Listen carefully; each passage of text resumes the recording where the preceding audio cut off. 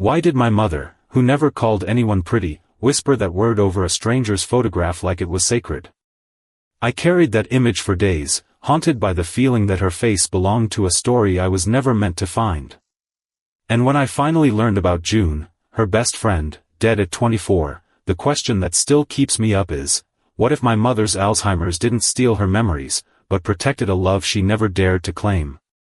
I never asked my mother what she was sorry for. She forgot my face but remembered June's photograph. I'm afraid I'll live like her, holding a love no one saw. My mother's hands were in the sink. She was washing a cup she'd already washed 3 times. The water was scalding. I remember because I touched her shoulder and she flinched, and the cup slipped, and it didn't break, it just sort of bounced on the linoleum like it was made of rubber. I picked it up. That's when I noticed the frame. It was wedged behind the bread bin. A little silver thing, tarnished at the edges. The photo inside was of a woman I'd never seen before.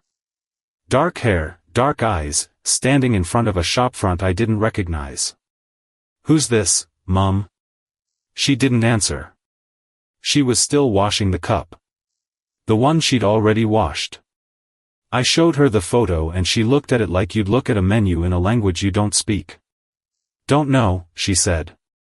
And then, quietly, as if to herself, "Pretty, though.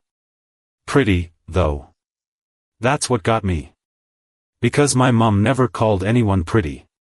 She was a blunt woman from Sheffield who said, "Not bad," when she meant, "That's the most beautiful thing I've ever seen." So for her to call this stranger pretty, there was something there. I stuck the photo in my apron pocket. I was working the night shift at the 24-hour garage on Ecclesall Road, so I'd just come home, but I wasn't tired anymore. You know that feeling? When you've been running on empty for so long that your body forgets how to shut down? Yeah. That. My mother's name is Patricia. She's 71. She has Alzheimer's. It started about a year and 9 months ago, just under 2 years, if you're counting. Which I was. Every day. The doctor said it would be gradual. It wasn't. It was like someone pulling a tablecloth out from under a full set of dishes. One day she was making me toast and telling me I looked tired. The next she was putting the toast in the microwave and calling me by my father's name. Which, for the record, she hadn't used in 32 years. I'm Finn. I'm 28. I work nights because someone has to be with her during the day, and my sister lives in Manchester with 2 kids and a husband who's never met a deadline he couldn't miss. So it's me. It's always been me. The photograph stayed in my pocket for 3 days. I'd take it out between customers, look at it under the fluorescent lights of the garage. The woman in it, she looked familiar in a way I couldn't place. Not like someone I knew, but like someone I should know. The shape of her jaw. The way she held her shoulders. You ever have that? Where a face tugs at something in your chest and you don't know why? I asked my mum again. I was making her tea, proper tea, strong enough to stand a spoon in, the way she used to make it before she forgot how. She was sitting at the kitchen table, staring at the wall where the clock used to hang. I'd taken it down because she kept asking me what time it was, and then forgetting the answer before I finished saying it. "Mum, this photo. Who is this?" She took it from me. Held it close to her face. Her hands were shaking a little, the medication did that. She looked at it for a long time. Longer than I expected. Then she said, "That's June." June. The name landed somewhere in my chest and I didn't know why. Who's June? She worked at the cafe. The one on West Street. She made the best bacon butties in Sheffield. A pause. She died. And that was it. She put the photo down and went back to staring at the wall. Like she'd just told me the weather. I should have let it go. That's what any sensible person would have done. But I'm not sensible. I'm a 28-year-old man who spends his nights selling crisps to students and his days convincing his mother that yes, she has eaten, no, she hasn't missed an appointment, and yes, I am her son, not her brother or her husband or the man who came to fix the boiler last Tuesday. I needed something. A thread. A mystery. Something that wasn't about pills and appointments and the slow, terrible vanishing of the woman who raised me. So I started asking questions. The cafe on West Street, it's not there anymore. It's a vape shop now. But I found a woman named Deirdre who used to work there. She's 74, lives in a flat above a bookshop, and she remembers my mother. "Oh, Patricia," she said, when I called her. Yes, I remember Patricia. Quiet girl. Always reading. She used to come in with her little boy, you, I suppose. You'd be 2, 3 years old. You had a red coat. I remember because you dropped jammy Dodgers all over the floor and your mum was so embarrassed. I didn't remember. I don't remember anything from that age. But the image of it, me in a red coat, my mum young and embarrassed, it did something to me. Made me feel like I was standing on top of a very tall building, looking down. And June? I asked. Do you remember June? The line went quiet. I thought maybe the call had dropped. But then Deirdre said, June. Yes. I remember June. And her voice had changed. Gotten smaller. She was my mother's best friend, Deirdre said. They were inseparable. June and Patricia and me, the three of us. We were going to travel. We were going to see the world. June used to say, we'll go to Paris. We'll sit in a cafe and drink wine and pretend we're sophisticated. Did you go? No. Why not? Another pause. Longer this time.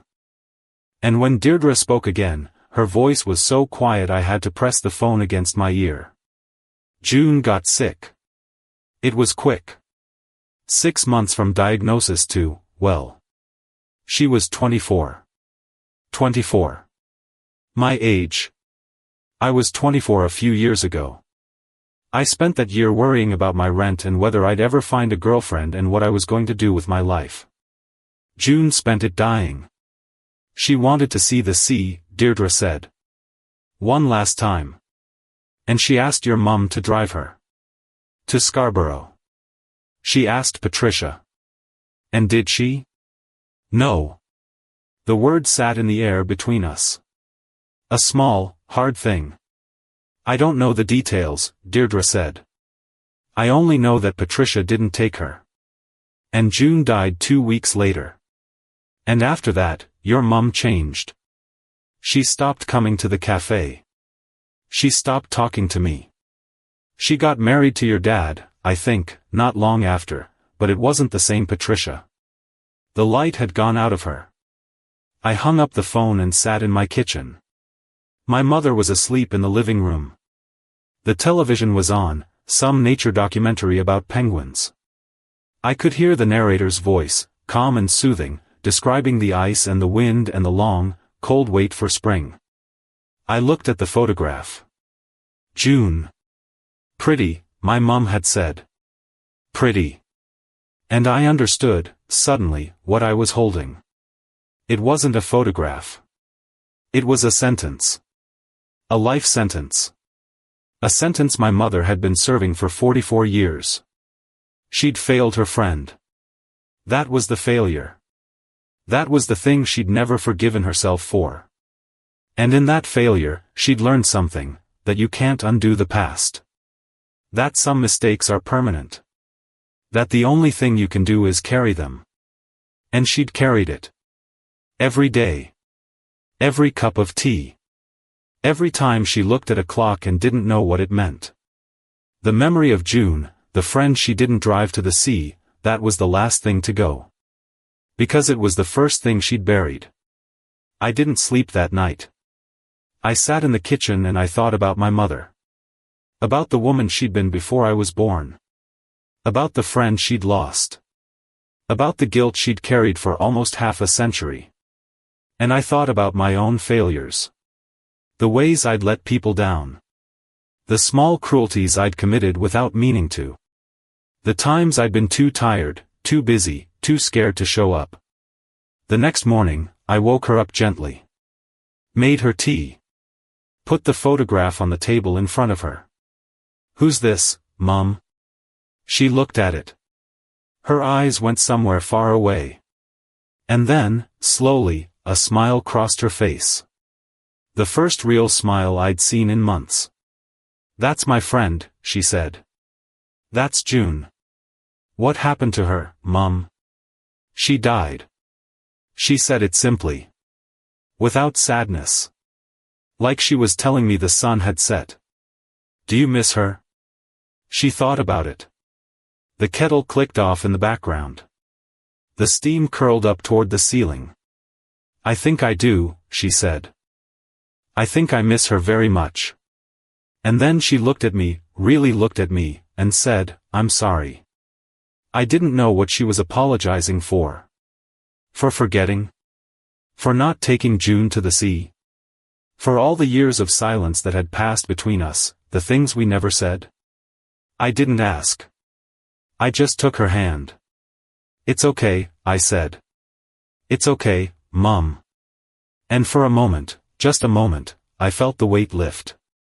Not gone. But lighter. I still work nights.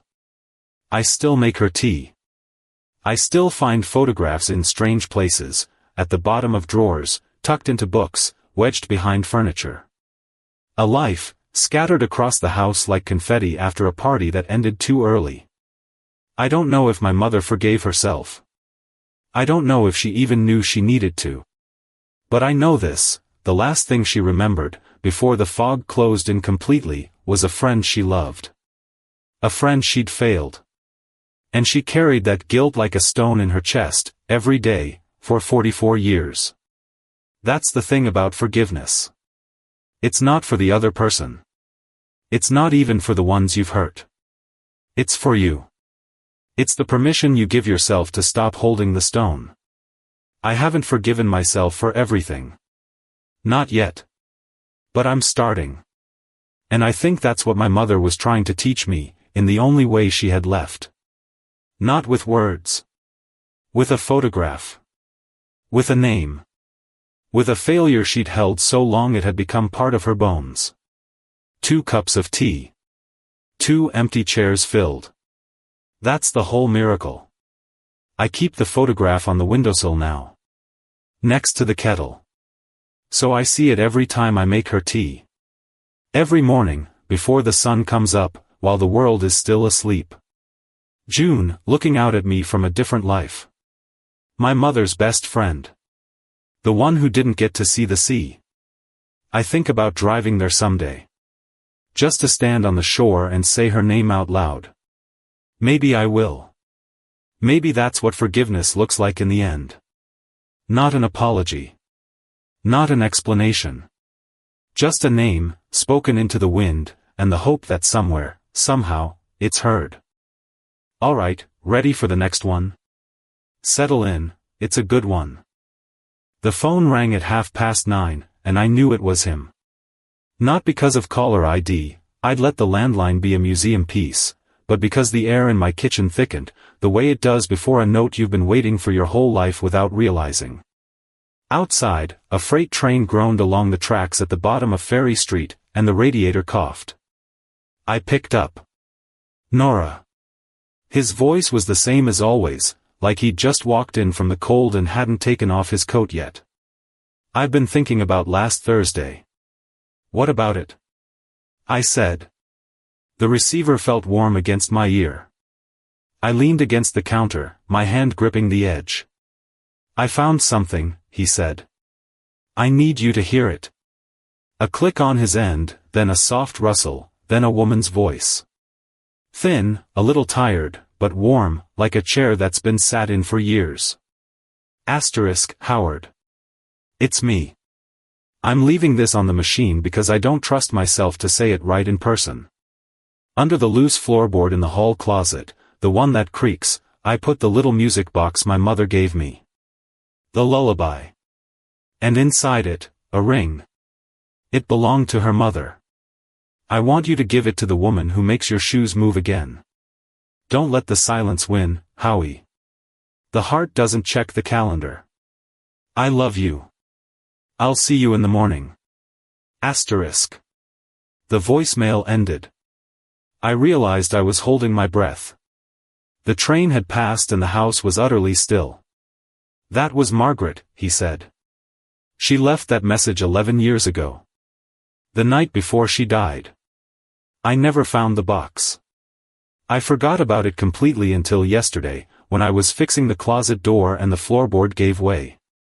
The music box was still there. So was the ring. He paused. I could hear his dog, Benny, breathing into the receiver, a wet, steady sound. I remembered how he'd told me about Benny sitting beside Margaret's hospital bed every day. The only witness to everything, the proposal I'd turned down after our first dance at the senior center, that voicemail, now this ring. You remember that dance, I said. The water is wide. You held my hand like it was a stack of library books you were returning on time. I remember, he said. You said yes to coffee. 2 weeks later I asked you to marry me. You said no. You never told me why. I'm telling you now. I took a breath. That letter on my coffee table, I got it yesterday. Early onset Alzheimer's. Gradual decline. Supportive care. I have no family. My daughter Lily hasn't spoken to me since her father's funeral. That was also 11 years ago. Saying yes to you felt like signing you up for a second heartbreak. I couldn't do that to anyone, least of all a man who still keeps his dead wife's voicemail. There was a long silence. Not empty. Full. The kind of silence where something is being built. Okay, he said. Then we don't waste a single Tuesday.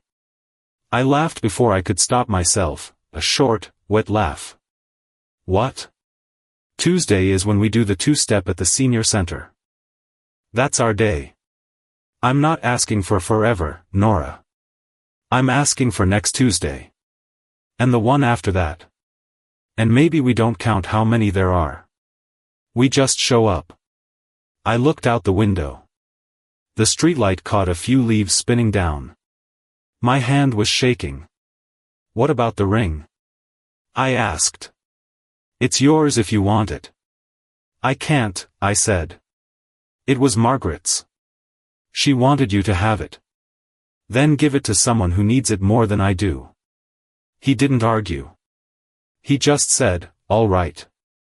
Then, after a beat, but you know who needs it more than either of us? I did. I knew before he said it. Your daughter, Lily. The one you haven't spoken to in 11 years. I saw her photo on your fridge. She's got your chin. I could drive the ring over to her place in Portland tomorrow. Tell her it's from her mother. That you wanted her to have something that belonged to a woman who loved someone the same way you love her, without a clock. I couldn't speak. The radiator clicked. The radio was still playing low, and now they were playing The Water is Wide, again, a violin version, slow and a little sad. The same song from our first dance. The same lullaby Margaret's music box played. That's 3 times now, I thought. The 3rd time something becomes a sign. Nora? His voice was soft. Belonging isn't about blood.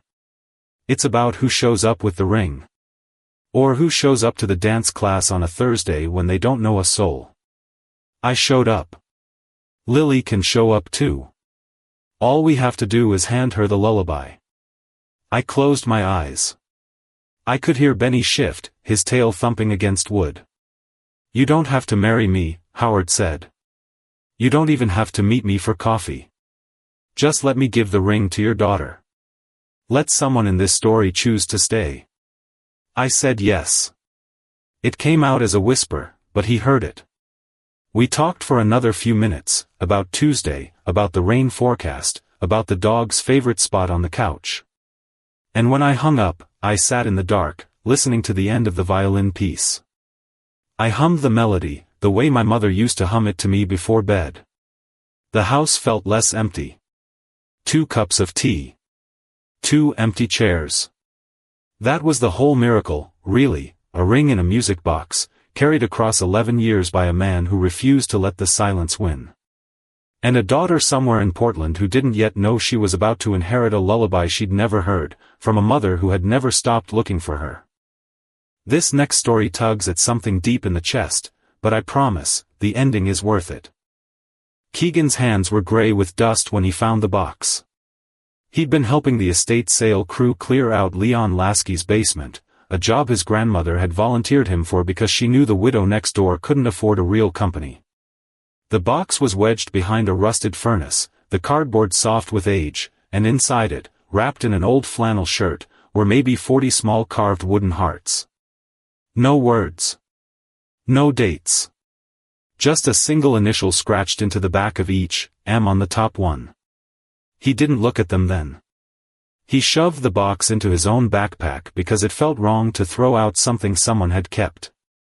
That night, at the kitchen table, with the smell of Audrey's stew still in the air, he pulled one out. The heart was smooth as bone, the grain of the wood worn from years of handling. The M was small and careful, the way old men carve when they're afraid to make a mistake. Leon Lasky had been his neighbor for all 16 years of Keegan's life. He'd never said more than "afternoon" and "cold enough for you." But he'd carved 40 hearts for a woman who never knew. Keegan didn't tell his grandmother. He put the box under his bed and kept it there for a week, like it was a secret he didn't have the right to open. But he thought about it when he was washing the dishes, and when he helped Audrey down the porch steps, and when he watched her stare at the empty recliner where his grandpa used to sit. 3 years since the heart attack, and she still set the coffee maker for 2. The truth surfaced sideways, the way truth does when you're not looking for it. Audrey had been keeping an old list of the Milltown widowers' coffee morning, a thing she'd stopped going to after the first year. Too many sad eyes, she'd said. But Keegan came home one afternoon and found the box open on the kitchen table, a single wooden heart in his grandmother's hand. She didn't ask him about it. She just said, "The coffee morning is at St. Stephen's on Thursdays. I think I'll go tomorrow." He went with her. The church basement smelled of burnt Folgers and vinyl chairs. There were maybe 8 men, all in the age range of 75 to 90, and one woman in a purple sweater who seemed to be running the thing. Audrey sat next to a man named Frank Hollister because he was the only one who had his hearing aid turned on, and he laughed when she spilled her sugar. Frank was a retired millwright from the old Steubenville mill, a widower of 6 years with a grown son in Pittsburgh and a vegetable garden he described in embarrassing detail. He had a way of tilting his head when Audrey talked, like she was a radio station he was trying to tune in clearly. Keegan watched them from across the room, drinking weak coffee and feeling, for the first time in 3 years, like the air in the basement had a little oxygen in it. The heart stayed under his bed, but Keegan started leaving one out on the nightstand. He wanted her to know he knew, and that he didn't think it was a betrayal. You could love someone and still have 40 unsent hearts. You could spend 32 years carving wood and not say a word. That was the guilt part. Because Keegan loved his grandfather. He still remembered the way the old man's hands smelled of motor oil and the way he'd whistle when he was happy. But when Frank brought over a jar of his own pickled beets and Audrey laughed, really laughed, with her whole face, Keegan felt something crack open in his chest. It was joy, and he hated himself for it. He was supposed to be the one taking care of her, keeping her safe. He was the one who had cooked every meal and filled every prescription for 3 years. He was the one. But Frank was the one making her laugh. The act of amends came in small ways. Keegan started making extra blueberry muffins for the coffee mornings. He saved Frank a seat. He showed him how to figure out Audrey's new blood pressure machine. And when Frank asked, "You think she'd go to a movie with me?" Keegan said, "She likes westerns. The ones where the horses are real." For 6 months, things were quiet. Frank came to dinner on Sundays. He brought his garden produce. Audrey made her grandmother's pear preserves, the ones she only made for important people, and she gave Frank 3 jars. Keegan watched the jars line up on Frank's windowsill from his bedroom window and thought, this is good. This is what a day means, somebody tending something fragile. Then the children came home. Beth, Keegan's mother, rolled in on a Wednesday after a 2-week haul from Kansas City. She hadn't seen the preserves. She hadn't seen Frank. She walked into the kitchen and found him seated at the table, his hand on Audrey's wrist, and her face went the color of dirty snow. "Who's this?" she said, and the word "this" already had a wall in it. Gail came the next weekend. Between them, they made phone calls. They hired a lawyer from Steubenville named DeMarco who had once handled their father's estate. They did not tell Audrey. They told Keegan, mostly because he was the only one who answered the phone when they called the landline. "He's after the house," Beth said. "It's always the house." "He gave her 3 jars of preserves," Keegan said. "That's what they do, sweetheart. They start with preserves and end with a deed." Keegan wanted to scream. Instead, he went to the basement and pulled out one of the wooden hearts. He held it for a long time, feeling the smooth grain. Then he put it back and called Frank. The emotional peak hit the first week of October, in a hospital room on the 5th floor of Trinity West. Audrey had collapsed at the grocery store, a clot in her carotid that was small enough to dissolve but big enough to terrify everyone. Keegan was in the corridor when the family arrived, Beth, Gail, Frank, and a cluster of neighbors who had driven themselves because they'd heard the scanner. The doctor came out and said the words, "another episode," and "damage to the tissue," and "we need you to make decisions." And that was when Beth said it. In the hallway, in front of everyone. "Mr. Hollister, you need to understand that my mother has a house, and that house is the only security we have for her care. You need to prove you're not after it. Today." Frank was wearing a flannel shirt with a stain on the collar. He had driven 40 minutes from his house and he had not changed. He looked at Beth and then at Keegan, and before he could speak, a young man stepped forward from the cluster of neighbors, Frank's son, who had driven down from Pittsburgh after hearing the news. "He already signed the deed," the son said, quiet but clear. "2 weeks ago. The house is in my name now. He's got nothing to gain from hers." There was a silence in the corridor. A nurse stopped pushing a cart. A man in the next room's doorway looked out. Frank's son pulled a folded paper from his jacket, not a prenup, just a copy of the transfer, but he didn't open it. He held it up like a shield. "I can fax you the original from the county records." He didn't want you to worry. Beth took the paper, read it, handed it to Gail, who read it, and then the two of them stood there holding it like it was a bomb that had been defused. The prize, their fear, their security, had been given away voluntarily. They had won. And Keegan saw in Beth's face the knowledge that she had also lost something she'd never get back, the right to see her mother's face when Frank leaned into the hospital room and whispered something that made Audrey, half-drugged and pale, smile like she was 16. The wedding was a small thing in the hospital chapel, because Audrey refused to wait. She got a 2-hour pass from the floor. Frank wore the same stained flannel because she said she liked it. Keegan's mother stood in the back, saying nothing. His aunt held the deed copy in her purse like a talisman. And the son, Audrey's actual son, Keegan's uncle, who had driven in from Toledo, gave the toast he swore he'd never give.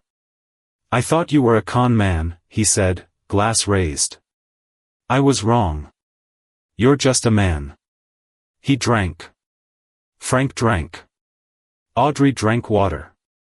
Keegan had his own toast to give. He didn't stand up. He just walked to the front and handed Frank a jar of pear preserves, the last one from Audrey's shelf, the one she'd said was too special to open. He didn't say anything. He didn't have to. They chose companionship over ceremony, in the end. Frank sold his own house and moved into hers, 2 kettles on the stove, 2 chairs on the porch, 1 door opened for the mail. The autumn leaves had fallen by then, and the neighbors came by with casseroles. Keegan still made the preserves each year, following his grandmother's recipe, and he always set aside one extra jar. It went on the windowsill next to the kitchen window, where the light caught it and turned it to amber. And that was the day's meaning. He had cared for something fragile, and it had let him keep it. That last one really stuck with you, didn't it? Let's take a breath and turn the page. We never asked Harold Patterson how he was. That's the truth of it, and we've lived with it for 4 winters now, ever since Ruth passed and the house on Maple Street went quiet in a way that felt like a held breath. The rest of Bancroft went on with its business. The Dungannon Park rink froze over, the rail trail got groomed for snowmobiles, and the annual Rockhound Jamboree came and went each August without Harold's booth for the first time in 30 years. But we, his neighbors on the curve of Maple where the street meets the old hydro cut, we noticed. We noticed the way his porch light stayed on past midnight. We noticed the new row of saplings along his fence line, planted in November, when the ground was already hard as iron. We noticed, and we said nothing because Harold was the man who never needed anything, the one who'd shovel your driveway before you even woke up, who'd fix a loose step on your stoop without being asked, who'd leave a jar of his wife's strawberry jam on your doorstep every July even though Ruth had been gone long enough that the jar must have come from a freezer deep in the cellar. And we let him. 4 years ago, in the middle of a July heat wave so thick you could chew it, Ruth Patterson was in the kitchen of that same house, tying a twist tie around a bag of zucchini she'd grown in the backyard. Harold sat at the table, his elbows on the oilcloth, watching her hands move. Those hands had been swollen for months by then, and the twist tie took 3 tries. He didn't offer to help. That was their rhythm. She did, he watched. Not out of laziness, out of a kind of quiet respect for her independence. She had always been the gardener. He was the one who fixed the roof, patched the drywall, kept the woodpile stacked. She'd say, "You don't know a petunia from a potato," and he'd shrug and go back to his toolbox. That day, she put the zucchini in his hands and said, "Take these to Marge next door. She'll be too proud to ask." He nodded, but he didn't leave. He sat there, and Ruth looked at him, and the silence between them was the kind that holds everything you can't say. What he didn't know then, what none of us knew, was that she had been saving seeds for 4 years. Tomato, pepper, squash, even a few sunflowers. She had labeled every envelope in her careful cursive and tucked them into a tin box under the sink. She told him about it that night, after dinner, when the sky was still light at 9 o'clock. "If I don't make it to next spring," she said, "I want you to plant these." Harold laughed. "You'll make it. You're tougher than the perennials."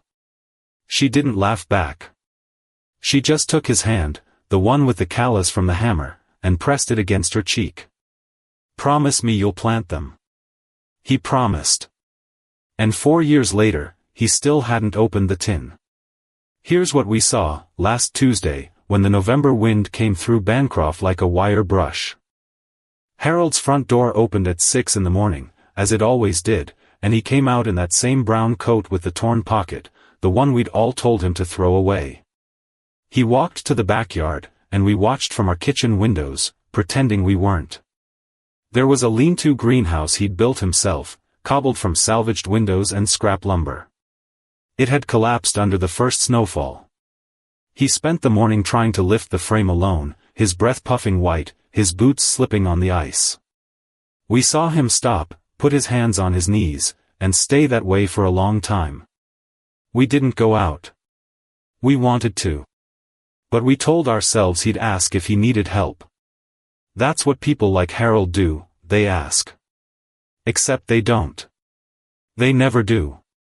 That evening, his daughter Susan drove up from Belleville with her 12-year-old, Lily. They came every few months, but this time it was different. Susan had called her brother Brian in Toronto and said, "Something's off. He won't let me inside the greenhouse." Brian drove up the next morning. By Thursday night, the whole family was gathered around the kitchen table, the same table where Ruth had tied the zucchini bag, and Harold was making tea in a pot that had a chip in the spout. He hadn't noticed. Or maybe he had and decided it didn't matter. Now, you might think this is the part where someone gives a speech. But that's not how it happens in real kitchens. In real kitchens, the decisive moment comes sideways, through something small. Lily was sitting on the floor, petting the cat, when she looked under the table and saw Harold's boots. He'd left them by the back door, but she'd pulled them over to tie the laces together. The soles were worn through, not just scuffed, but gone. You could see the white foam core in 3 places, and the stitching had unraveled along the left heel. She held one up and said, "Grandpa, your shoes have holes." Everyone looked. Brian took the boot in his hands, and Susan leaned over, and then there was a silence that didn't hold everything, it let everything out. "How long have you been walking on these?" Brian asked. Harold shrugged. "They get the job done. Dad, these are unsafe. You could fall." "I haven't yet." Lily turned the boot over and ran her finger along the exposed foam. "It's like the soles are tired," she said. And that was the moment, not the accusation, not the worry, but the child's simple observation, that made Harold's shoulders drop. He sat down at the table, and we imagined the wood creaked under him the way it always does, the way it creaked under Ruth when she sat there to shell peas. "I can't keep up," he said. "That's all." 4 words. Susan reached across and put her hand over his. "With what?" He looked toward the window. We knew what he was looking at, the collapsed greenhouse, the frozen garden beds, the tin box of seeds still under the kitchen sink. "Everything," he said. "Ruth's garden. I promised her I'd plant them, and I can't even keep the glass from breaking." Then Lily, who had been quiet, said, "If the seeds are still good, why don't we all plant them together?" Harold looked at her, and we saw something in his face that we hadn't seen in 4 years, the start of a surrender. Not a giving up, a letting in. The next morning, Susan and Brian went to Pat's Hardware and bought 2 pairs of insulated winter boots, a roll of greenhouse plastic, and a bag of soil conditioner. Lily found the tin box under the sink and carried it to the kitchen table. Harold opened it slowly, and the envelopes were still labeled in Ruth's handwriting: tomato, Brandywine, 2019, pepper, Hungarian wax, sunflower, mammoth. He ran his thumb over the ink, and then he handed the first envelope to Lily. They spent the day rebuilding the greenhouse, Brian on the ladder, Susan on the framing, Lily handing up nails, and Harold directing from the ground, his new boots steady on the packed snow. By sunset, the plastic was stretched tight and the heat lamp was glowing inside. Harold went in alone for a minute. When he came out, his cheeks were wet, but he was smiling. We watched from our windows, and this time we didn't stay quiet. Marge from next door brought a casserole. Old Frank from across the street came over with a bag of peat moss he'd been saving. The tea kettle went on, and the kitchen filled with the smell of brown sugar and apples. Harold sat at the table, and someone asked him if he wanted cream in his coffee. For the first time, he said, "I don't know, what do you think?" And we told him. That's the thing we learned about Harold, and about ourselves: asking for help isn't admitting defeat. It's handing someone the map to your own front door. The boots got thrown out the next day, but Lily kept the old left one. She said she was going to plant a sunflower in it when spring came, right by the greenhouse door. And we believe she will. We'll all watch it grow. That was story 2, 3 might be my favorite, and for a reason you won't see coming. I saw Edna sitting on her porch the evening it all came apart, a silver coin turning between her thumb and forefinger, catching the last light off Whitby Abbey. The coin was a florin, 1947, she told me later, and she held it like a question she hadn't finished asking. I was on my own step across Church Street, pretending to sort mail, but I'd seen Karen's car pull up 6 years before, watched the grandson climb out with his hood up and his hands in his pockets. You don't live 6 years on a street like this without learning to read a porch. The trouble, if you can call it that, started 6 years ago. Edna's husband Arthur had died in April, a swift, cruel thing, a stroke in the garden while he was digging parsnips. She found him on his knees, the fork still stuck in the soil, and she said later it looked like he'd just stopped to rest. Karen, their only daughter, had moved to Leeds years before, and the distance between them became a language neither spoke well. The funeral was a Tuesday. By Friday, Karen was gone, and the phone calls grew thinner, birthday cards arriving 6 years late, visits reduced to a stiff afternoon every Christmas. 6 years of that. 6 years of Edna watering Arthur's parsnips alone. I'd wave to her from my porch. She'd wave back. Sometimes we'd talk over the fence about the price of runner beans. But she kept to herself, the way people do when grief has turned into a habit they can't break. The change began with a dog. Down at the allotments behind the fish and chip shop, where the river-esque smells of salt and diesel, Edna had kept Arthur's plot going. Runner beans, rhubarb, a row of dahlias he'd planted the year he died. She went every morning, even in the drizzle, and I'd see her from the footpath when I walked my own dog. 6 years. A cold October morning, the abbey invisible in fog, a stray appeared on the far side of the fence. A black and white mongrel with one ear up and one ear down, watching her from a distance. She ignored it at first. But it kept coming back, always at the same spot, never closer than 10 feet. Edna began leaving a saucer of water on the ground. Then a biscuit. Then a bit of her sandwich. He's shy, she told me later, wiping mud off her hands onto her apron. Doesn't know who to trust. Just like someone else I could name. She laughed when she said it, but I saw her look at the dog the way you look at a mirror. The dog, she called him Arthur, because she said he had the same stubborn listen, started following her between rows of beans. And that is when she noticed the man on the next plot. He'd been there all along, I suppose. A wiry figure with a gray beard and a cap, tending a patch that was mostly weeds and a single brave rhubarb crown. His name was Gerald. A retired fisherman, widowed himself, with a daughter in Newcastle. He saw even less than Edna saw Karen. He moved slow, like he had all the time in the world, and he spoke even slower. The first time Edna offered him a runner bean, he looked at it as if she'd handed him a jewel. I don't know how you do it, he said. Mine always come out tough. You got to talk to them, Edna said. Arthur always said they like a bit of gossip. Gerald smiled. It was a small, rare thing, like the sun breaking through that November fog. And that was the beginning of them.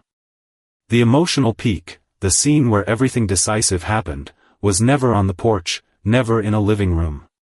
It was in the allotment, late February, with a cold wind coming off the harbor and the gulls screaming overhead. I was there because my own dog had slipped its leash and I found myself standing at the edge of their plots, invisible among the bare raspberry canes. Edna was digging. Gerald was weeding. They didn't talk much, but their hands moved in a kind of rhythm. She'd toss a stone aside, he'd pick it up and add it to a pile for the path. The dog Arthur sat between them, one ear up, watching. Karen called, Edna said, not looking up. Gerald's hands kept moving. She coming down? Wants to talk about the house. She thinks it's too big for me. Is it? It's full of Arthur, Edna said. That's the size of it. Gerald straightened, his knees cracking. He took off his cap, wiped his forehead, and for a long moment he looked at the abbey in the distance, that great black ruin on the cliff. Then he turned to Edna and said, very softly, I've got an extra rhubarb crown if you want it. The old one's looking tired. And Edna, holding the fork with both hands, said, I think I'd like that. That was the moment. Not a declaration, not a touch. Just a man offering a rhubarb crown and a woman saying yes to it. The grandson, Liam, arrived with his mother 6 years later. He was 15, all elbows and silence, and he looked at Whitby the way teenagers look at places they've been dragged to. But something pulled him to Edna's dresser the second evening, a small tin, tarnished, the kind that used to hold shortbread. He opened it while Karen was in the kitchen making tea. Granda Arthur's coin collection, Edna said, coming up behind him. He started it when we were engaged. Every year on our anniversary, he'd find a silver coin from the year we married. Liam picked up a florin, turned it over. 1947? That's the year. Edna sat on the edge of the bed. He used to say coins are time you can hold in your hand. Liam put the coin back. He didn't say much, but later I saw him at the allotment, standing by the fence, watching Edna and Gerald tie up the runner beans. The dog Arthur had curled up near Gerald's boots. Liam's eyes went from the coin in his own pocket, he'd kept the florin, I'd learn, to the two old people working side by side, and something in his face softened. He didn't know it yet, but he was holding the truth of his grandmother's life in his closed fist. The intervention happened on the porch 6 years later. Karen had brought a folder, brochures for a retirement apartment in Leeds, a retirement village in Harrogate, a care home near the coast. She laid them out on the small table where Edna kept her morning tea. I was on my own porch again, trimming a hydrangea, only a dozen feet away. You could hear every word. "Mum, you can't live here alone forever. That plot is too much for you. And this Gerald person, I'm not saying he's not nice, but you don't know him." "I know he can't grow rhubarb to save his life," Edna said. "That's not funny. I'm worried about you. The house needs repairs. The roof's going. And I know you've got Arthur's coins, you could use them for a deposit, maybe sell the house, move somewhere with actual heating." Edna was quiet. The dog Arthur, who had followed her to the porch, laid his head on her knee. "Where's the coin tin?" Karen asked. "I saw it on the dresser yesterday." Edna didn't answer. "Mom. Where is it?" And that's when the truth surfaced, not through any hidden document, not through a recorded message, but through what was missing. The tin was empty. Every coin, every silver memory, gone. Edna had sold the lot to a collector in Scarborough 6 years earlier. But here's the part the daughter didn't see. The money hadn't gone to a holiday, or a new coat, or anything for herself. Gerald's hip had been giving him trouble for 6 years. He needed surgery, and the NHS waiting list was 6 years. Private was £12,000. Edna had paid for it. "You gave away Dad's coins to a stranger?" Karen's voice cracked with something that wasn't just anger, it was loss, made worse because she hadn't known her mother had that kind of generosity left in her. "He's not a stranger," Edna said. "He's the man who brings me tea every morning and doesn't talk about the weather because he knows I hate small talk. He's the man who taught Arthur the dog to sit. He's the man who's going to teach me how to make a proper rhubarb crumble, because his wife left the recipe and he's been trying to remember it for 6 years. Karen's hands were trembling. She picked up the brochures. "So what now? You're just going to stay here and dig potatoes with some old fisherman while the roof leaks?" "It's not about the roof," Edna said. "It's about the fight. You've been fighting me for 6 years, fighting me to move, to sell, to change. And I've been fighting you back. That fight, that's what's been eating the inheritance. Not the house, not the coins. The fight itself. And I'm too tired to keep it." The porch went quiet. A gull landed on the railing, eyed the dog, flew on. Karen left that night, the brochures still on the table. She said she'd give her mother 6 years to decide, either she signed the forms for the Harrogate apartment, or she could figure out the roof on her own. And then she drove off, the car's tail lights disappearing down Church Street, past the turn for the swing bridge. Liam stayed. He said he wanted to help with the allotment for a few days. I saw him the next morning, walking with Edna and Gerald down to the plots, the dog Arthur trotting between them. He had the silver florin in his pocket, and he kept touching it like a talisman. The story doesn't give us the ending. Maybe she signed the forms. Maybe she didn't. Maybe the roof caved in that winter, and Gerald moved in, and they spent the rest of their days arguing over rhubarb and laughing at the dog. Or maybe Karen came back, saw the two of them on the porch one evening, 2 cups of tea, 2 empty chairs filled, and understood something she'd missed. But the final image I carry is this: Edna on the porch, the sun down behind the abbey, the silver florin in her hand that Liam had brought her from his pocket. She turned it over once more, then slipped it into the pocket of her apron, where it lay next to a folded £20 note Arthur had given her on their honeymoon. 2 currencies of a life, side by side.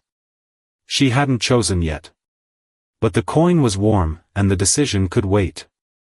Thank you so much for spending this time with me. Out of all the stories here, which one touched you most, or maybe reminded you of something in your own life? I'd love to hear it in the comments, and if you'd like more stories like these, feel free to hit that subscribe button. Take care.